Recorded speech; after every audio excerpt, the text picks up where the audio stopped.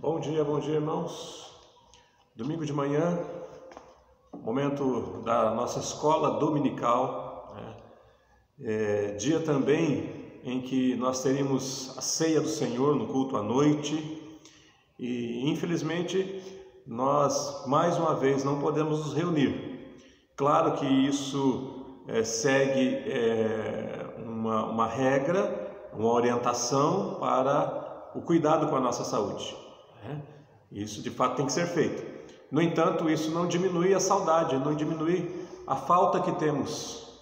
Pastor, como professor da classe de Novos na Fé, muita falta tenho de estar com os irmãos. Professor da classe aqui dos adultos, sinto muita falta de estar com os irmãos, principalmente a falta da comunhão, de poder falar com a igreja, de poder adorar ao Senhor juntamente com a igreja. Espero que você também tenha esse sentimento.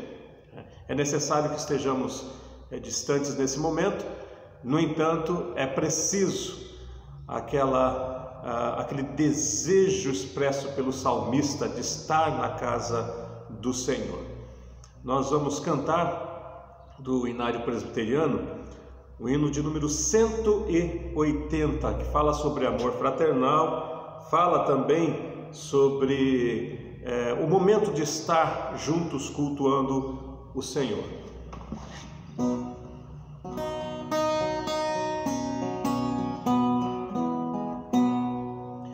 Jesus, pastor amado, louvamos hoje unidos pela graça, um corpo só em ti, contendas e malícias que longe de nós vão, nenhum desgosto impeça a nossa santa união. Família unida somos, família de Jesus, iluminados todos da mesma santa luz. A mesma fé nos une num só divino amor, e cheios de alegria servimos ao Senhor. Bem, louvado seja Deus. Duas estrofes do hino 180, adorando ao Senhor, louvando o nome do nosso Deus. Irmãos, nós vamos continuar com o assunto, com o tema, com o texto da devocional que fizemos quase que durante toda esta semana. Se você não acompanhou as demais devocionais, nós estamos usando o texto do Evangelho de Marcos, capítulo 5, O Evangelho de Marcos, que segundo os comentaristas, foi o primeiro no qual se basearam alguns outros. Marcos, muito possivelmente, fez os seus relatos ouvindo daquilo que Pedro dizia a ele a respeito do ministério de Jesus. Marcos, um evangelho bastante dinâmico que mostra Jesus sempre em ação, em atividade, e é no capítulo 5 que nós estamos aprendendo aqui da palavra do Senhor. Nesse mesmo capítulo 5 já falamos sobre o homem que vivia pelos cemitérios, possesso por demônios, por uma legião, submetido ali a situações atrozes, se cortando, se ferindo, impossível de segurá-lo com correntes, porque ele arrebentava tudo. Vimos também uma parte ali da vida de Jairo, onde, ainda que ele estivesse desejoso, ansioso de que Jesus fosse até a sua casa de imediato para curar a sua filha, ele teve que dar uma pausa para que Jesus cuidasse de um outro problema, e esse outro problema envolvendo a pessoa que nós também comentamos, a mulher com fluxo de sangue, a mulher com hemorragia por décadas. Por um momento Jesus parou ali e estendendo a sua mão, abençoou aquela mulher, salvou e deu paz a ela. Hoje nós vamos continuar e voltar então ao personagem de Jairo, a pessoa de Jairo. Ele teve aquele momento de parar ali para que Jesus atendesse uma outra pessoa, e o texto que nós vamos ler então dá continuidade àquilo que relata o momento ali na vida de Jairo, A sua filha havia ali evoluído na sua situação de enfermidade, na gravidade da sua doença, e quando Jairo procura Jesus, ele diz que ela está quase à morte, E o texto que nós vamos ler então dá continuidade a isso. Capítulo 5 de Marcos, versículo 35 em diante, vai dizer assim: falava ele ainda, quando chegaram alguns da casa do chefe da sinagoga, a quem disseram: tua filha já morreu, por que ainda incomodas o mestre? Mas Jesus, sem acudir a tais palavras, disse ao chefe da sinagoga: não temas, crê somente. Contudo, não permitiu que alguém o acompanhasse, senão Pedro e os irmãos Tiago e João. Chegando à casa do chefe da sinagoga, viu Jesus o alvoroço, os que choravam e os que pranteavam muito. E ao entrar lhes disse: por que estáis em alvoroço e chorais? A criança não está morta, apenas dorme. E riam-se dele. Tendo ele, porém, mandado sair a todos, tomou o pai e a mãe da criança e os que vieram com ele, e entrou onde ela estava. Tomando-a pela mão, disse: Talitá cumi, que quer dizer: menina, eu te mando, levanta-te. Imediatamente a menina se levantou e pôs-se a andar, pois tinha 12 anos. Então ficaram todos sobremaneira admirados.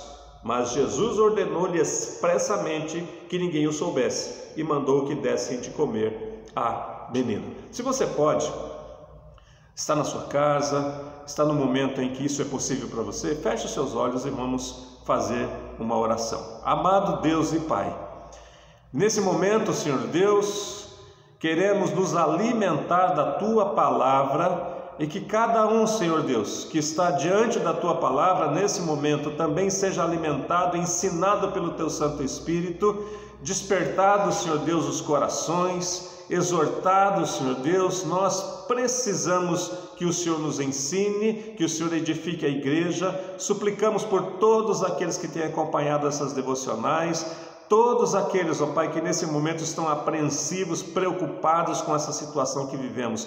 Que a Tua poderosa mão se estenda sobre cada um e abençoe nessa manhã, no nome de Jesus. Amém, Senhor Deus. Amém. Muito bem, irmãos. Nesse texto, nós destacamos pelo menos duas coisas. Primeiro, a autoridade de Jesus. Segundo, o humilde reconhecimento que é preciso ter diante dessa autoridade. Nós não queremos usar o texto para falar sobre possessão demoníaca. Nós não queremos usar o texto para falar apenas sobre cura física. Jesus expulsou demônios, Jesus curou muitos para mostrar a sua autoridade, para evidenciar que ele era o Messias prometido. Então, nós queremos destacar esses dois pontos no capítulo 5. Os demônios caíram aos pés e reconheceram que Jesus era Filho de Deus. Jairo, o chefe da sinagoga, uma pessoa com muita autoridade, caiu aos pés de Jesus, reconhecendo ali que somente Jesus Cristo poderia trazer solução para a sua dificuldade. E aquela mulher há 12 anos com uma hemorragia, aquela mulher que pela lei não podia tocar as vestes, o objeto não podia ser tocada, sob pena de tornar impuro qualquer coisa que fosse tocado, ela toca as vestes de Jesus e depois cai aos pés de Jesus, aquele único com autoridade para recebê-la, para perdoá-la e para salvá-la. E o encadeamento da história, do capítulo 5, se dá no versículo 35, como lemos, enquanto Jesus ainda estava falando, conhecidos de Jairo, do chefe ali da sinagoga, chegaram até ele e deram a pior notícia para quem estava aguardando a ação de Jesus Cristo. Aqueles homens dizem para ele: a sua filha morreu.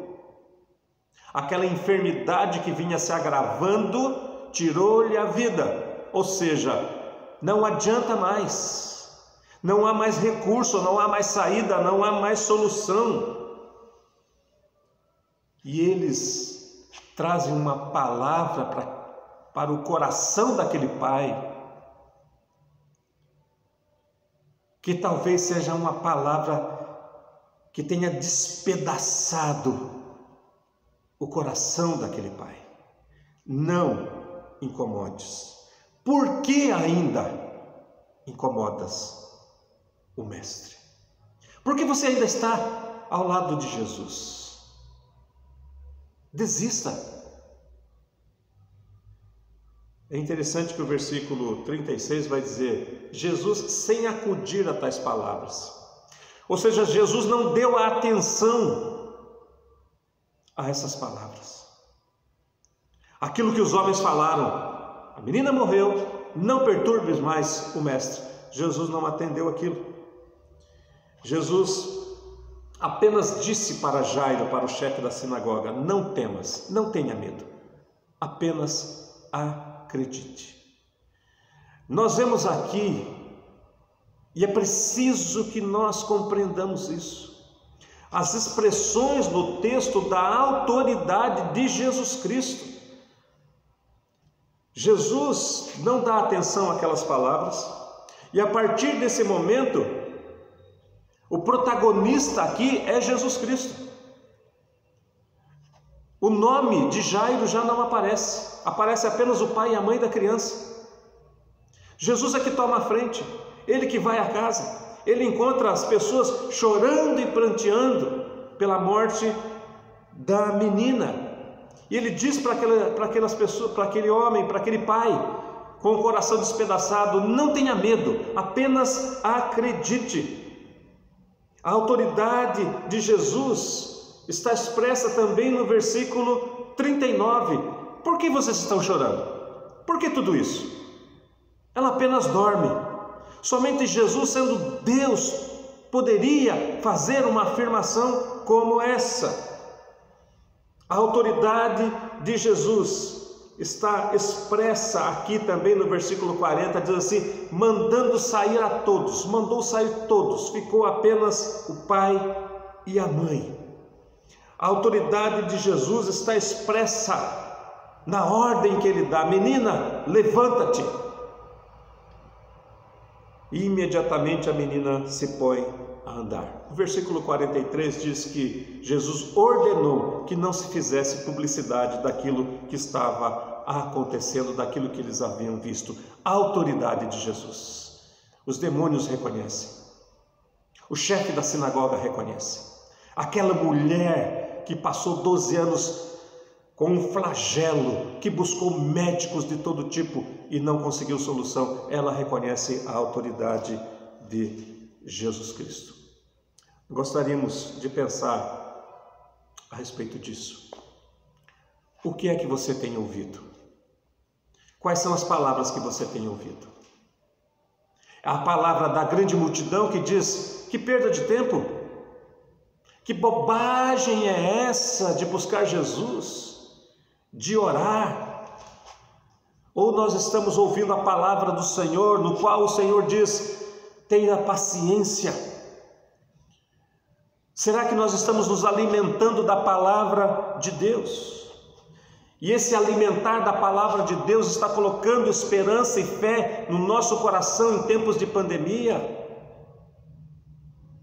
E observada essa autoridade expressa no texto, Jesus está acima de todo ser espiritual. Jesus está acima de toda autoridade terrena. Jesus está acima de toda enfermidade. Ele é Senhor, é Ele que comanda, é Ele que é o Rei. E quando reconheço isso, qual é a minha atitude? É interessante aqui que aqueles homens na casa de Jairo, homens e mulheres certamente, estavam chorando, pranteando a morte, diante de uma situação insolúvel. Aqueles homens choravam.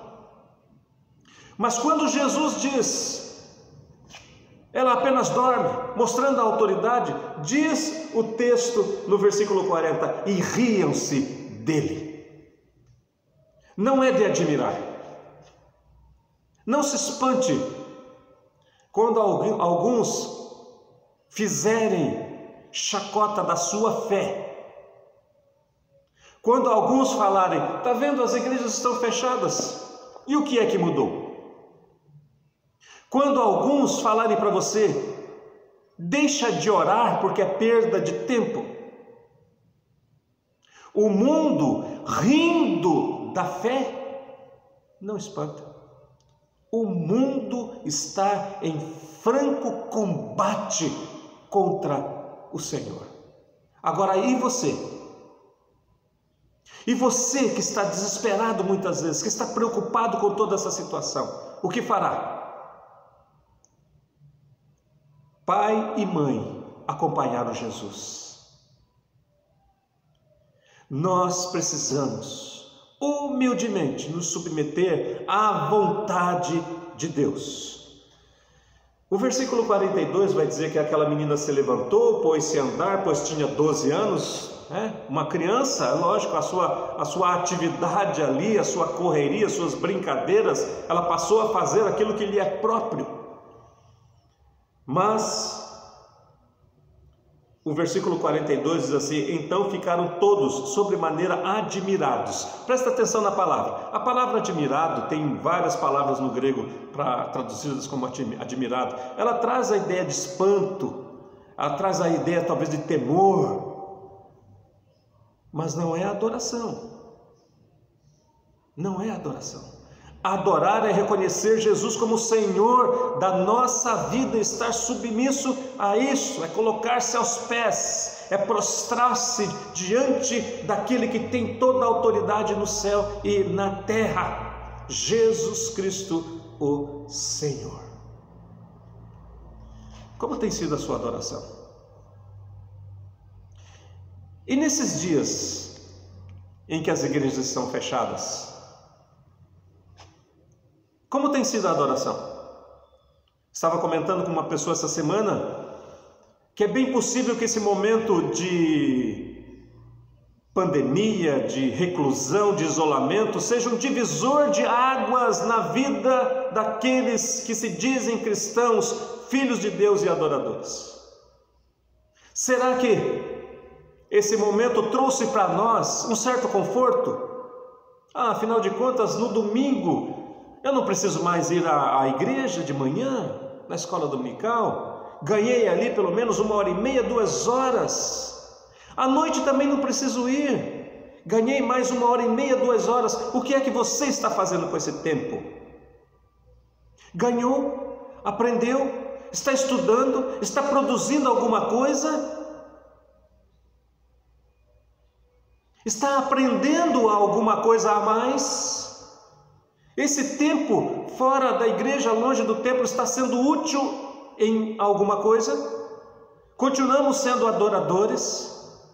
Não importa se você está aqui entre as quatro paredes da igreja ou se você está na sua casa ou no seu trabalho, é preciso continuar sendo adorador, é preciso colocar-se aos pés do Senhor Jesus Cristo e declarar que Ele é o Senhor de todas as coisas e da minha vida.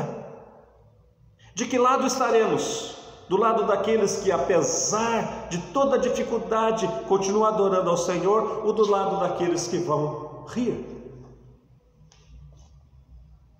Daqueles que vão achar que é uma grande perda de tempo?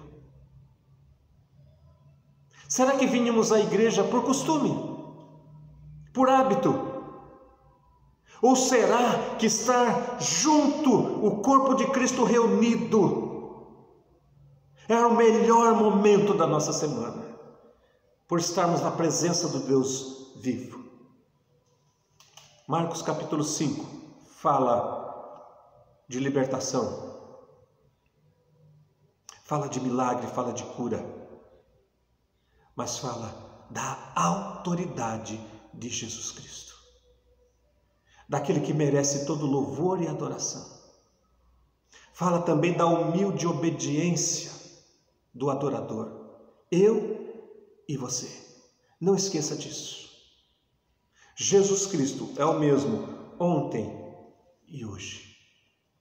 Que sejamos adoradores, não pessoas que apenas se admiram. Olha, eu acho bonito as músicas da sua igreja, mas não quero saber de Jesus. Eu acho bonito o trabalho social dos cristãos, mas não quero saber de Jesus. Eu acho bonito a retórica, as histórias bíblicas, mas não quero saber de Jesus sendo o Senhor da minha vida.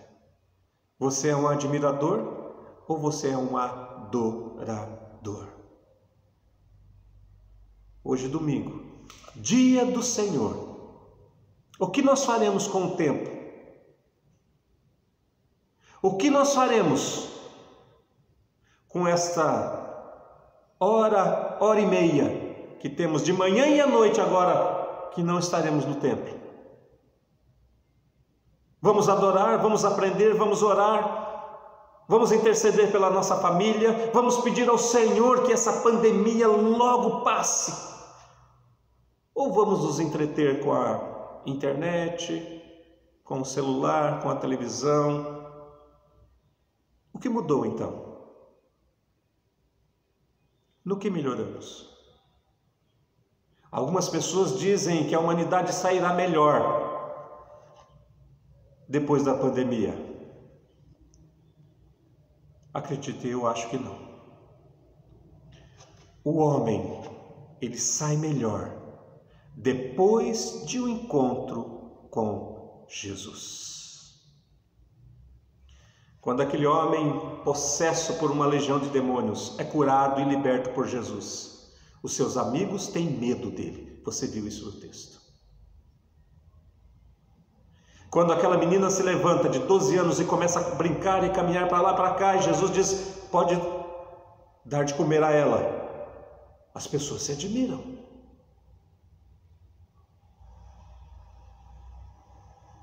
Mas quantos, de fato e de verdade, entregam a vida ao Senhor Jesus Cristo? O homem não vai sair melhor da pandemia. O homem, mulher, criança, jovem, saem melhores depois de encontrar-se com Jesus Cristo. Ele tem autoridade para mudar a sua vida, para transformar a sua vida. Que Deus te abençoe. Que Deus guarde a sua vida e a sua família. Essa tem sido a nossa oração incessante nesses dias. Ainda que distantes da igreja, ainda que distantes da comunhão com os demais irmãos, mas orando por vocês, orando pela nossa cidade, pelo nosso país.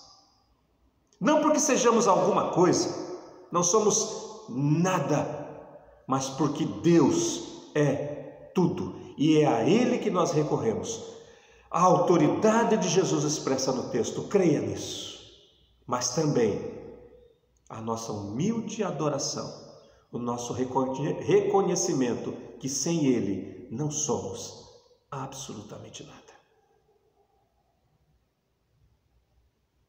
Talvez o cientista dê risada da sua fé.